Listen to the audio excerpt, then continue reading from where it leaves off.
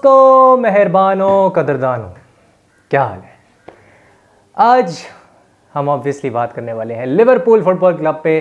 Pakistan football team जो है वो अंडर 16 जाने वाली है और पाकिस्तान विमेंस टीम पे भी बात करेंगे, बार्सिलोना के ऊपर बात करेंगे एंड ऑब्वियसली आज हम बात करेंगे रियल मैड्रिड पे। और कल मेरा आने वाला है फुटबॉल वीकली, तो उसके लिए भी स्टे ट्यून्ड। शुरू करते हैं पाकिस्तान फुटबॉल टीम से। और पाकिस्तान फुटबॉल टीम जाने वाली है अंडर 16 टीम जो है वो सैफ अंडर 16 खेलने वाली है भूटान में। और पहला मैच भी हमारा भूटान के घर में भूटान से ही है, यानी कि हमने 2 मैचेस खेलने हैं और एक ग्रुप में 3 टीमें होती हैं।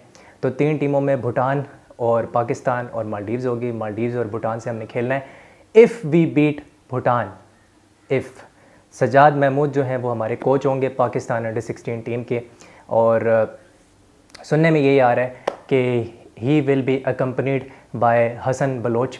और इन दोनों के पास जो है वो AFC B लाइसेंस है।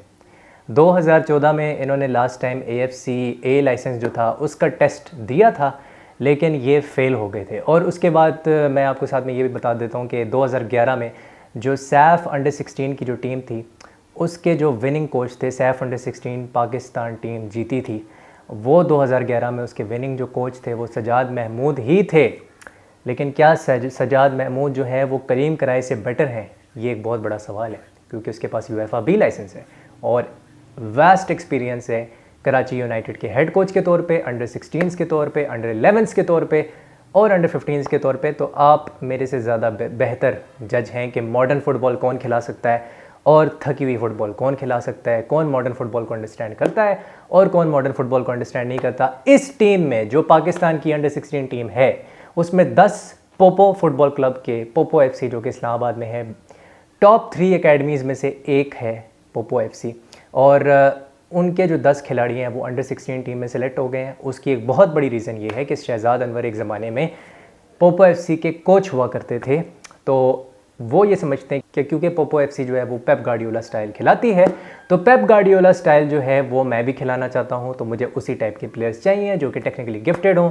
तो देखते हैं कि इसमें से कितना टेक्निकली गिफ्टेड प्लेयर्स निकलते हैं और कितना जो है वो कचरा निकलता है। तो ये तो सैफ अंडर 16 में ही पता लगेगा हमें ऑब्वियसली। कुछ जो प्लेयर्स हैं वो बड़े अच्छे इसमें से निकल के आए हैं। चित्राल से लड़के आए हैं 2, सैयद कबीर जो है और हारून रशीद जो है वो चित्राल से निकल के आए हैं। हारून रशीद एक बहुत अच्छा मिडफील्डर है, सैयद कबीर जो है वो एक बहुत अच्छा फॉरवर्ड है।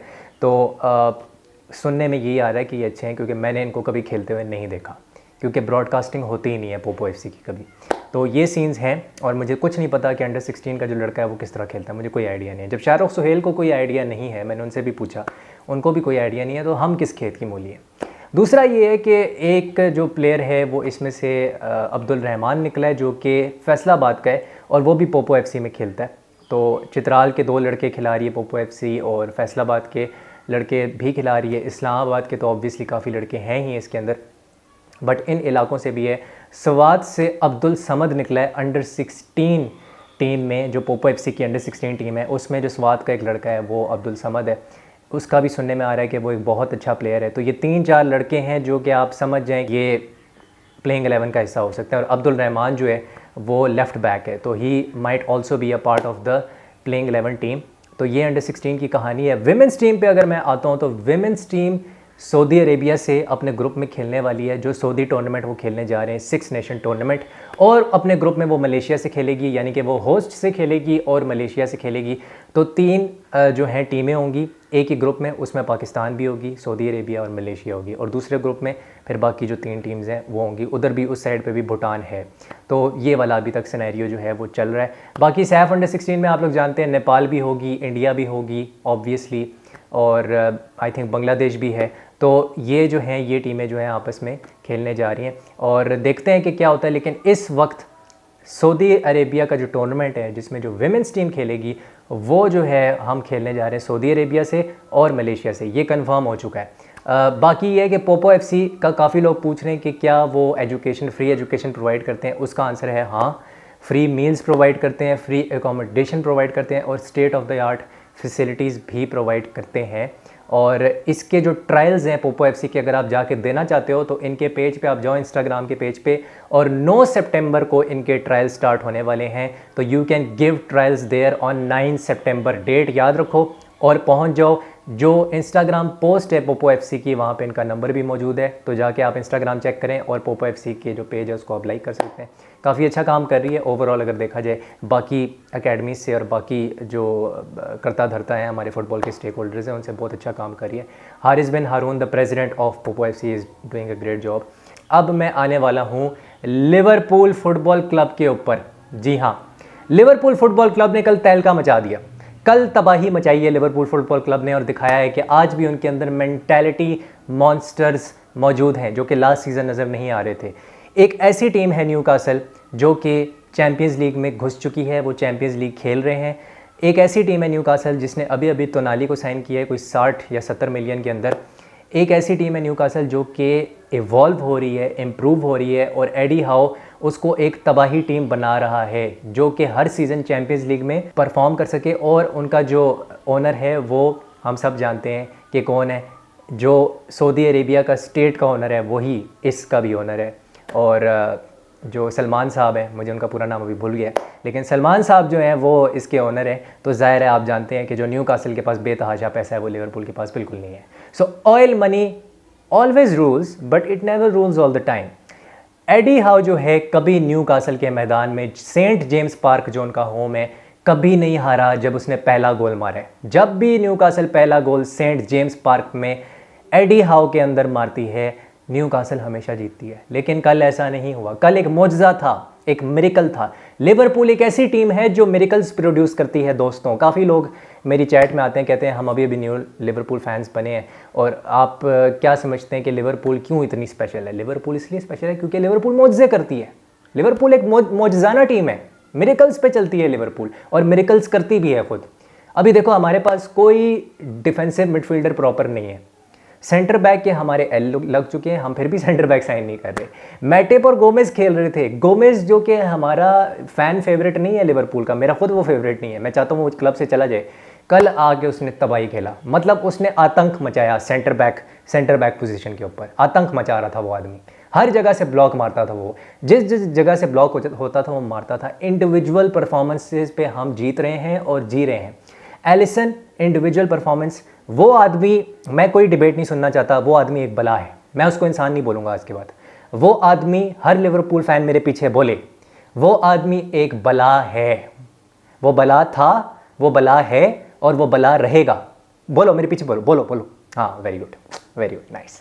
और सला जो है उसकी काफ़ी रिपोर्ट्स आ रही थी कि वो जो है वो जा सकता है, लेकिन वो नहीं गया। और क्योंकि वो कल स्टार्ट कर गया था, ऐसा कुछ नहीं होने वाला कि सला इस सीज़न जाएगा। हाँ, मैं मानता हूँ कि ये सला का लास्ट सीज़न हो सकता है, लेकिन सला इस सीज़न हमें छोड़ के नहीं जाने वाला। I am pretty sure of that. Summer में तो बिल्कुल वो छोड़ के नहीं जा रहा। कल अब मैं तुम्हें बताने वाला हूँ कि क्यों यर्गन क्लॉप एक महान मिरेकल्स करने वाला आदमी है। वो आदमी मिरेकल्स करता है। तो मैं अब, you have to hear me out, you have to.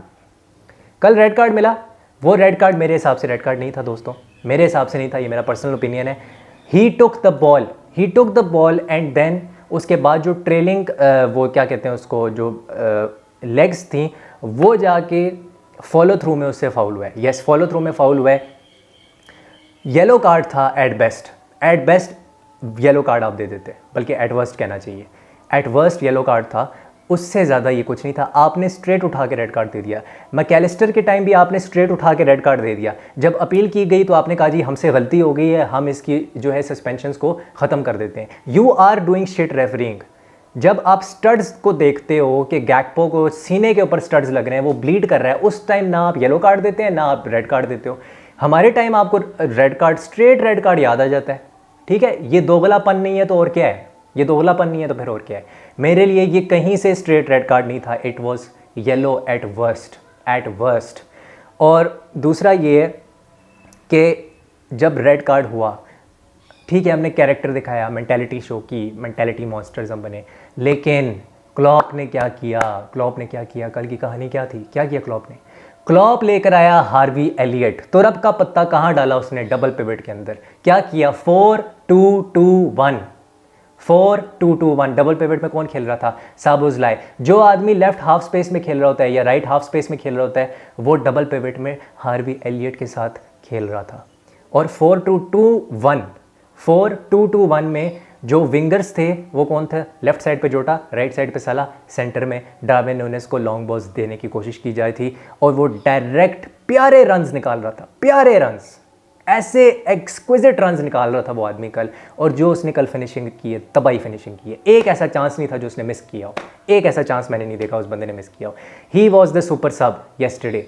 और कल क्लॉप का एक मास्टर क्लास था कि जब रेड कार्ड होता है तो तुमने मैच कैसे जीतना है। तुम्हें गेम में कंट्रोल चाहिए था। जब वैन डाइक पिच पे था, गेम पे कंट्रोल था ही नहीं लिवरपूल का गेम पे कोई कंट्रोल नहीं था। मिडफील्ड के अंदर, मिडफील्ड में कोई कंट्रोल नहीं था हमारे पास। हम आउट नंबर हो रहे थे, न्यूमेरिकल सुपीरियरिटी न्यूकासल को मिल रही थी। लेकिन जब हमने 4-2-2-1 किया तो हमने क्या किया?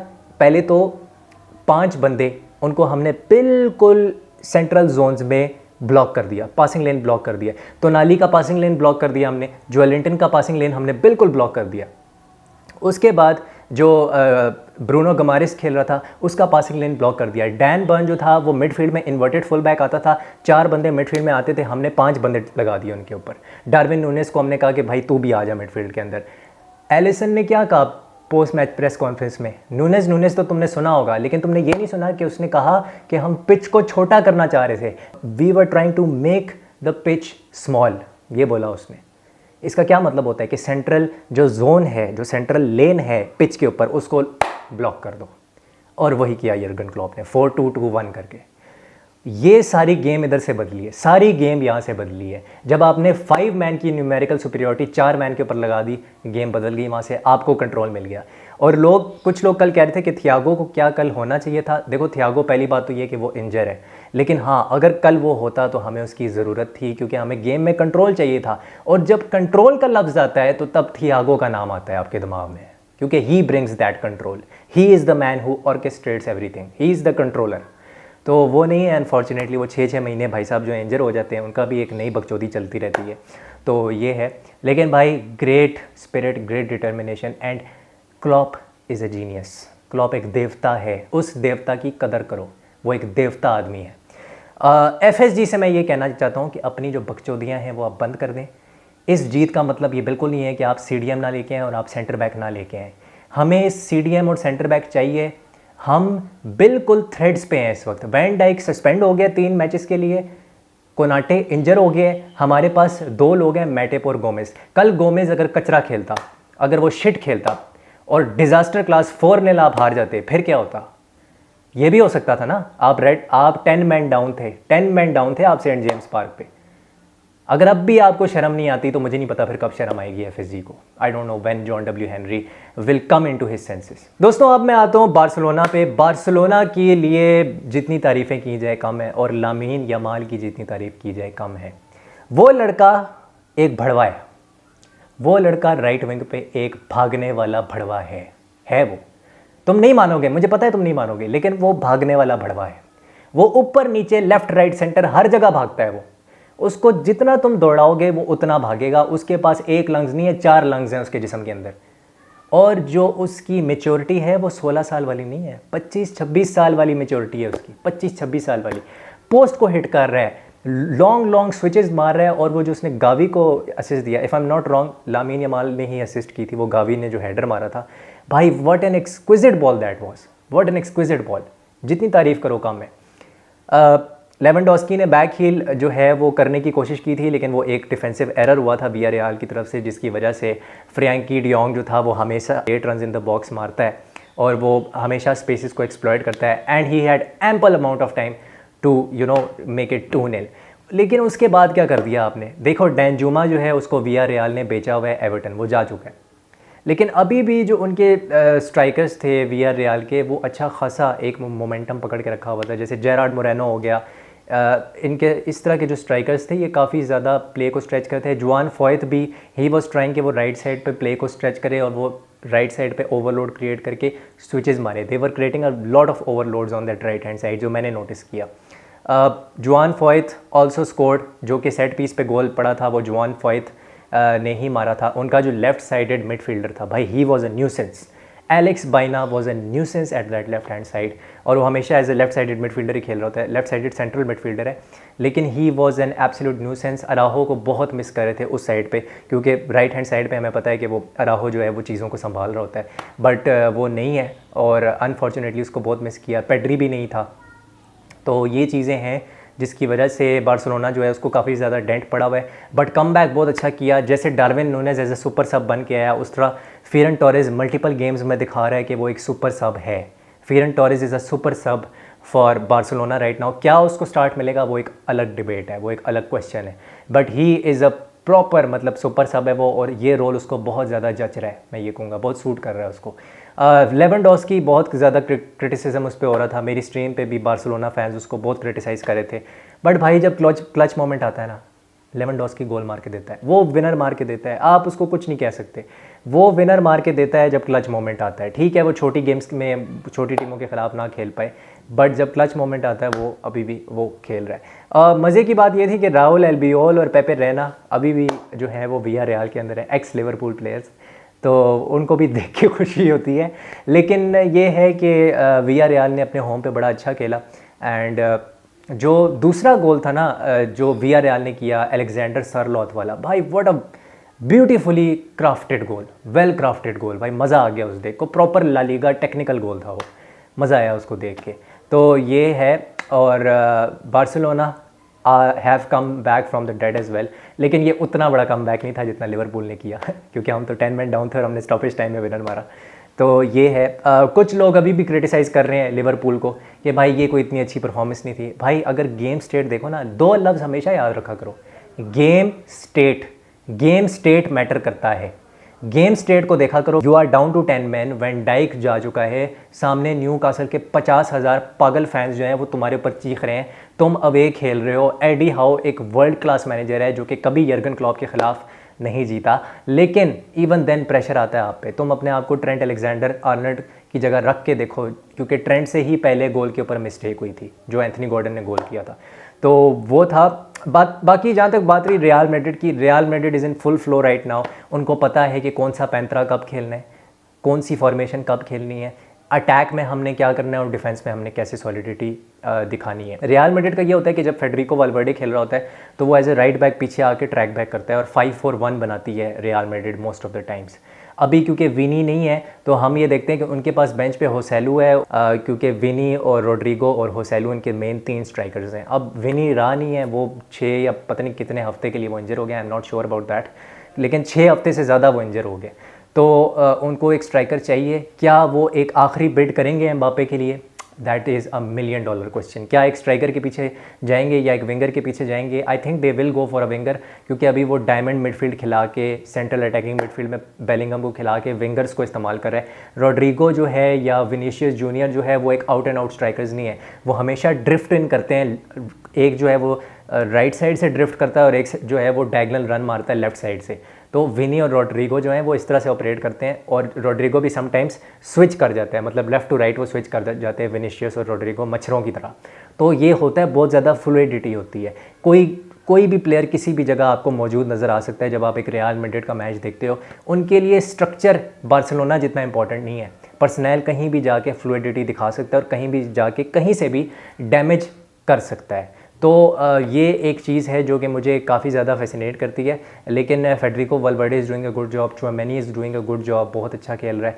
बेलिंगम भाई he is a Superman, he is the signing off the summer, तो वो तो कमाल खेल ही रहा है, हम सबको पता है। कामाविंगा अपने न्यू रोल में लेफ्ट साइडेड मिडफील्डर में बड़ा अच्छा खेल रहा है, क्योंकि फ्रैंक गार्सिया उसको प्रोटेक्शन देता है, वो लेफ्ट बैक होता है, वो उसको प्रोटेक्शन देता है मोस्ट ऑफ द टाइम। लेकिन जो ऑपोजिशन थी उसने काफ़ी ज़्यादा मुश्किल कर दिया था रियल मैड्रिड के लिए, काफ़ी मुश्किल हो गई थी ब्रेक करना, और आखिर में आप यही देखोगे कि उन्होंने कॉर्नर पे ही गोल मारा है, सेट पीस पे गोल मारा है रियल मैड्रिड ने। उनके लिए ब्रेक डाउन करना थोड़ा मुश्किल हो गया था। मुझे लगता है एक डायनेमिक इनको एक अटैकर अब चाहिए after the injury of Vinicius. I think they will need a winger. मैंने पहले भी कहा है कि राइट बैक लाजमी चाहिए इनको रियल मैड्रिड को, और सेंटर बैक भी चाहिए, but they are not going for it. लेकिन अगर आपने अपना सीज़न बचाना है और वाकई ला लीगा जीतनी है, यू नीड अ गाय जो कि विनीशियस की एब्सेंस में कुछ कर सके। तो ये आज का मेरा इसके ऊपर सारा रिव्यू था। I will see you soon. In the next video. अगर आपको पसंद आया तो लाइक करें, शेयर करें, सब्सक्राइब करें। कल एक और ही ऐसी एक वीडियो आएगी यूरोपियन और इंडियन फुटबॉल के रिकैप की। I will see you soon. हस्ता ला विस्ता।